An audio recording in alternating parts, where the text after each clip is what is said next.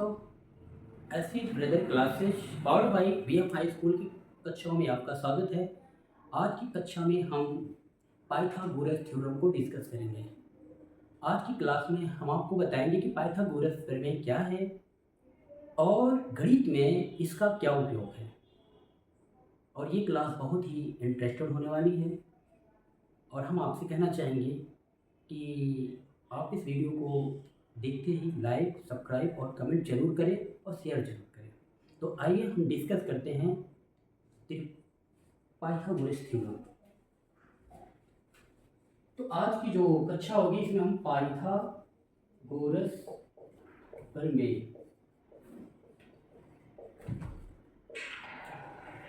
ये पाइथागोरस कौन है? पाइथागोरस एक वैज्ञानिक है और उन्होंने समकोण त्रिभुज के लिए ये प्रमेय दिया था, इसलिए इसको हम पाइथागोरस प्रमेय कहते हैं। तो आइए हम ये समझते हैं कि पाइथागोरस थ्योरम का स्टेटमेंट क्या है। इसका स्टेटमेंट आप समझिए। स्टेटमेंट, पाइथागोरस थ्योरम किसी समकोण त्रिभुज के लिए होता है और हम पाइथागोरस थ्योरम पढ़ने से पहले हम एक समकोण त्रिभुज के बारे में समझते हैं कि समकोण त्रिभुज क्या है।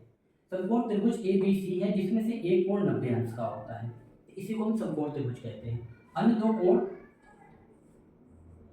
आपके जो है एक्यूट एंगल होते हैं, लेकिन उनमें से एक कोण आपका 90 डिग्री होता है, उसी को हम समकोण त्रिभुज कहते हैं। अब समकोण त्रिभुज में तीन भुजाएं होती हैं। उन तीन भुजाओं के अलग अलग नाम हैं, क्योंकि पाइथागोरस ने उन त्रिभुजों के नाम कुछ बताए और उन नामों को हम समझते हैं। इनमें से तीन भुजा हैं, तो तीनों के अलग अलग नाम हैं। उनमें से सबसे पहला नाम है कर्ण। आप देख रहे हैं कि जो 90 अंश, ये 90 डिग्री के सामने की भुजा है, इसको हम कर्ण कहते हैं। ध्यान दीजिएगा, समकोण त्रिभुज के 90 अंश के कोण के सामने की भुजा को हम क्या कहते हैं? कर्ण कहते हैं। फिर अन्य दो भुजाएं होती हैं, एक भुजा ये और एक भुजा ये। इन दोनों भुजाएं आपस में अल्टरनेट होती हैं, मतलब लंब ये भी हो सकती है, लंब ये भी हो सकती है, आधार ये भी हो सकता है, आधार ये भी हो सकता है। ये निर्भर करता है कौन सा कोण आप लेते हो। जैसे अगर हम कोण सी लेते हैं तो कोण सी के सामने की भुजा क्या हो जाएगी? लंब हो जाएगी। 90 अंश के सामने की भुजा कर्ण हो गई, कोण सी के सामने की भुजा लंब हो गई, तो जो तीसरी भुजा बनती है वो क्या होगा? आधार होगा। इसी तरीके से मान लीजिए हम इसी समकोण त्रिभुज ए बी सी में ये लेते हैं कि ये 90 अंश के सामने की भुजा ये कर्ण हो जाएगा और ये कोण ए ना लेकर के कोण, अगर हम कोण ए लेते हैं, जैसे हमने इसमें कोण ए सी लिया था तो लंब ये हो गया था, आधार ये हो गया था। उसी तरीके से अगर हम कोण ये लेंगे तो ये आपका लंब चेंज हो जाएगा, लंब ये हो जाएगा और ये क्या होगा? आधार हो जाएगा।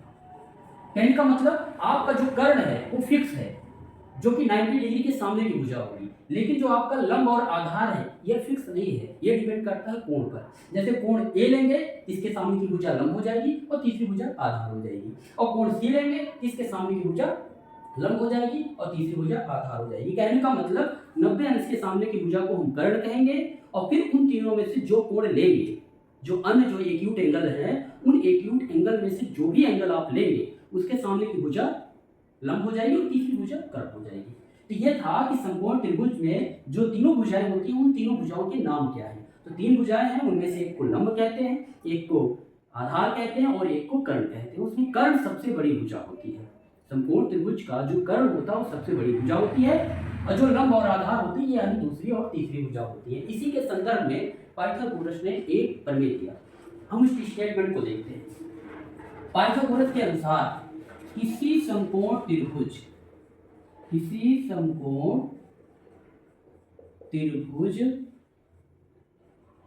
के कर्ण का, किसी समकोण त्रिभुज के कर्ण का वर्ग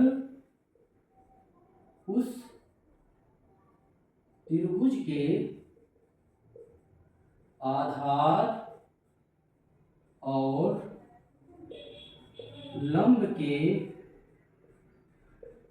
वर्गों के योग के बराबर होता है, योग के बराबर होता है। अर्थात कर्ण का वर्ग बराबर लंब, आधार और लंब के वर्गों का योग। तो लंब का वर्ग का प्लस आधार का। जैसे हम इस त्रिभुज में लेते हैं त्रिभुज ए बी सी, अगर हम इस त्रिभुज की बात करते हैं इसमें AC आपका क्या है, कर्ण, तो कर्ण की जगह क्या हो जाएगा AC, और इसमें से कोण सी भी है तो ये आपका AB लंब हो जाएगा, यहाँ AB का स्क्वायर प्लस, और ये तीसरी भुजा आपका BC है जो कि आधार है, ये BC का स्क्वायर, तो AC बराबर क्या हो जाएगा अंडर रूट AB का स्क्वायर प्लस BC का स्क्वायर। यही पाइथागोरस प्रमेय है, ये रहा आपका पाइथागोरस प्रमेय, इसका स्टेटमेंट। अब हम ये पता करेंगे कि इस पाइथागोरस प्रमेय का उपयोग क्यों होता है, आखिर हम इस पाइथागोरस थ्योरम को पढ़ते क्यों हैं। जैसे अगर समकोण त्रिभुज में 3 भुजाएं होती हैं, तो अगर उनमें से 2 भुजाएं आपको पता हो तो तीसरी भुजा का मान अगर आपको ज्ञात करना हो, तो इस पाइथागोरस प्रमेय का उपयोग करके हम तीसरी भुजा का मान आसानी से ज्ञात कर सकते हैं। यही पाइथागोरस थ्योरम का उपयोग है। जैसे मैं ये क्वेश्चन लेता हूँ, जैसे मैं यही है फॉर एग्जाम्पल, जैसे मैंने एक एग्जाम्पल लिया, मैंने एक समकोण त्रिभुज लिया, आप देख रहे हैं एक समकोण त्रिभुज ABC, इनमें से कोण C लिया, ये आपका क्या होगा लंब हो जाएगा, और ये आपका आधार हो जाएगा, और ये 90 अंश है, इसके सामने की भुजा ये कर्ण हो जाएगी। मान लेते हैं कि लंब आपका 3 है और आधार कितना है 4 है, और कर्ण का मान आपको ज्ञात करना है। तो आप फिगर में देखिए लंब की वैल्यू कितनी है, लंब की वैल्यू 3 है, और आधार की वैल्यू कितनी है, आधार आपका है 4, और हमें कर्ण को फाइंड करना है।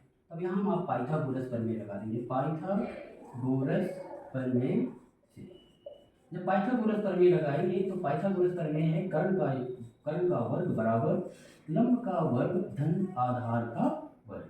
कर्ण कितना है, कर्ण तो हमको पता करना है, तो कर्ण का वर्ग बराबर लंब कितना है, लंब है आपका 3 का स्क्वायर, आधार कितना है 4 का स्क्वायर। फिर आगे देखिए आप, कर्ण का वर्ग बराबर 3 का स्क्वायर का मतलब 9 हुआ, और 4 का स्क्वायर का मतलब 16 हुआ, दोनों को ऐड कर दीजिए, कर्ण का वर्ग 25 हुआ, 25 हुआ, तो कर्ण बराबर ये 25 का स्क्वायर रूट मतलब वर्गमूल हो जाएगा, जो कि कितना आएगा 5 आएगा। तो आपने देखा कि इस समकोण त्रिभुज ABC में हमको लंब और आधार पता था, और इस प्रमेय का उपयोग करके मैंने कर्ण का मान ज्ञात कर लिया। इसी तरीके से मान लीजिए अन्य जो है एग्जाम्पल आप ले लीजिए जिसमें आपको कर्ण पता है। अब मैं बता देता हूँ, ये कर्ण 100 है, कर्ण कितना है 100 सेंटीमीटर है, और ये लंब है 8 सेंटीमीटर, और हमको ये वाली भुजा पता करनी है। ये समकोण त्रिभुज ABC हुआ, जिनमें से आपका AC कितना है, AC आपका है 100 सेंटीमीटर, और AB कितना है, AB आपका है 8 सेंटीमीटर। अगर हम कोण C लेते हैं तो ये भुजा क्या हो जाएगी, लंब हो जाएगी, और ये 90 अंश है मतलब समकोण है, जिसके सामने की भुजा एक कर्ण हो जाएगा। अब बची तीसरी भुजा, ये हो जाएगा आधार।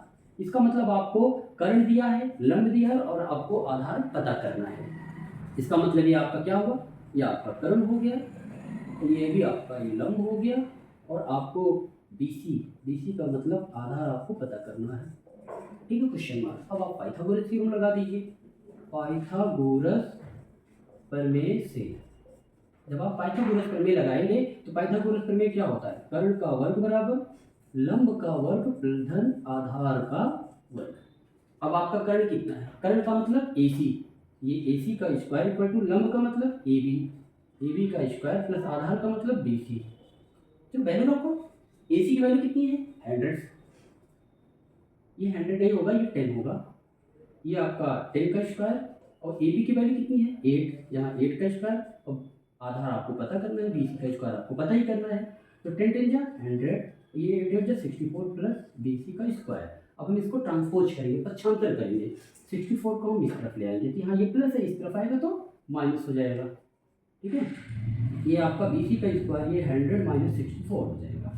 तो 100 में जब आप 64 माइनस करेंगे तो ये आपका BC का स्क्वायर आएगा 36, तो BC इक्वल टू हो जाएगा अंडर रूट 36, जो कि आएगा 6 सेंटीमीटर।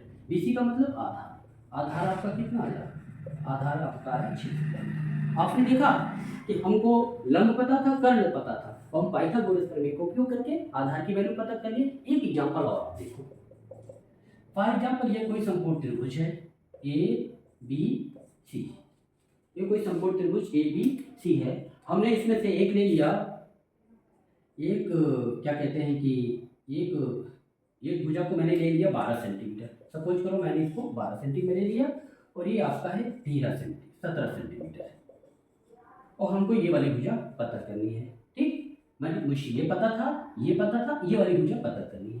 अब हम यहाँ सबसे पहले पता करेंगे कि लंब कौन है, आधार कौन है और कर्ण कौन है, तभी तो पाइथागोरस प्रमेय लगा पाएंगे। ये 90 डिग्री है, जिसके सामने की भुजा आपका क्या हो जाएगा, कर्ण हो जाएगा। हम कोण सी लेते हैं, जिसके सामने की भुजा क्या हो जाएगी, लंब, और ये तीसरी भुजा आपका क्या हो जाएगा, आधार।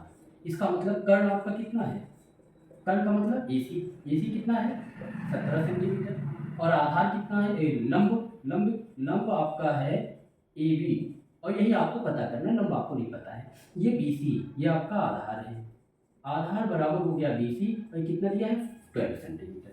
ठीक है, तो हमको तीनों भुजाओं में 2 भुजाएं पता है और तीसरी भुजा हमको पता करनी है, तो पाइथागोरस प्रमेय लगा देंगे। देखिए पाइथागोरस प्रमेय से जब आप पाइथागोरस प्रमेय लगाएंगे तो कर्ण का वर्ग बराबर लंब का वर्ग धन आधार का वर्ग। तो कर्ण कितना है 17 सेंटीमीटर, 17 का स्क्वायर, लंब कितना है आपको पता करना है, लंब का मतलब AB, ये AB का स्क्वायर हो गया और आधार आपका कितना है, ये 12 का स्क्वायर। अब 17 का स्क्वायर करोगे 17 17 17 में 289 आएगा, ये AB का स्क्वायर और ये 12 पर हमने 144 होगा। अब ट्रांसपोज कर देंगे, हमको AB की वैल्यू पता करनी है, 44 किधर ले आएंगे, AB का square equal to 289 minus 144 minus करो, AB स्क्वायर इक्वल टू क्या आया 5 आया, यहाँ 7, ये यहाँ 5 आया, 8 में से 4 गया तो 45 आया, AB इक्वल टू √45, मतलब ये आपका लंब कितना होगा √45। तो आपने इन तीनों क्वेश्चन के कारण ये समझा कि अगर हमें समकोण त्रिभुज की 3 भुजाओं में से 2 भुजाएं अगर पता हो तो हम पाइथागोरस प्रमेय का उपयोग करके तीसरी भुजा का मान आसानी से ज्ञात कर सकते हैं। और आप एक पढ़ेंगे त्रिकोणमिति, और उस त्रिकोणमिति में इस थ्योरम का बहुत ही इंपॉर्टेंस है, बिना इस थ्योरम को पढ़े आप त्रिकोणमिति नहीं पढ़ सकते। और त्रिभुज का क्षेत्रफल ज्ञात करने में भी इसका उपयोग होता है। तो आज की क्लास में हमने पाइथागोरस थ्योरम को डिस्कस किया। आपको मेरी वीडियो कैसी लगी कमेंट में लिख करके आप जरूर बताइएगा, और वीडियो को मैं एक बार फिर कह देता हूँ कि लाइक कमेंट और शेयर करना ना भूलिएगा और सब्सक्राइब कर दीजिएगा चैनल को। धन्यवाद, थैंक यू।